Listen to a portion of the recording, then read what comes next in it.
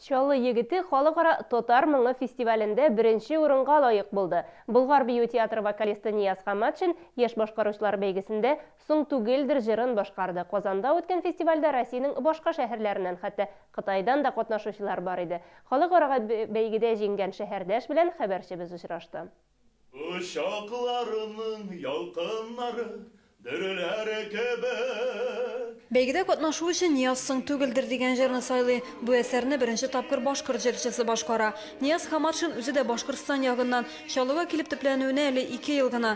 Чит шәһәрдә эшли башлагач, шундый зур уңышларга ирешермен дип уйламаган идем, ди ул. Хәзер бит инде бар кеше дә әйтә, нинди генә конкурс булмаса да, кемнедер бардыр, шулай дип уйлар бит инде. Кемнедер бардыр, кемнәрдер артта туручылар бардыр. Но мин менә бу конкурста бөтенләй шаккаттым. Чөнки минем жюрida миңа таныш булган кеше берсе дә юк иде.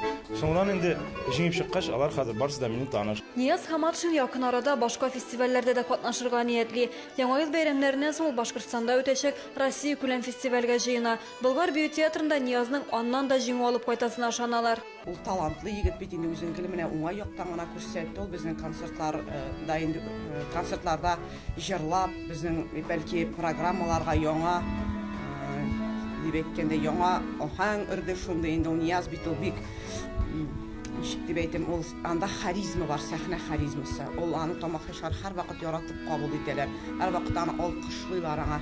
Бию театры артистлары мондай уңышларга еш ирешә. Күптән түгел генә биючеләр Самардагы фестивальдә беренче урынны алып кайтты. Уен краллары оркестрда бәйгеләрдә алдынгы урыннарны яулады. Гүзәл Шихапова, Настимирбаев, яңалыклар.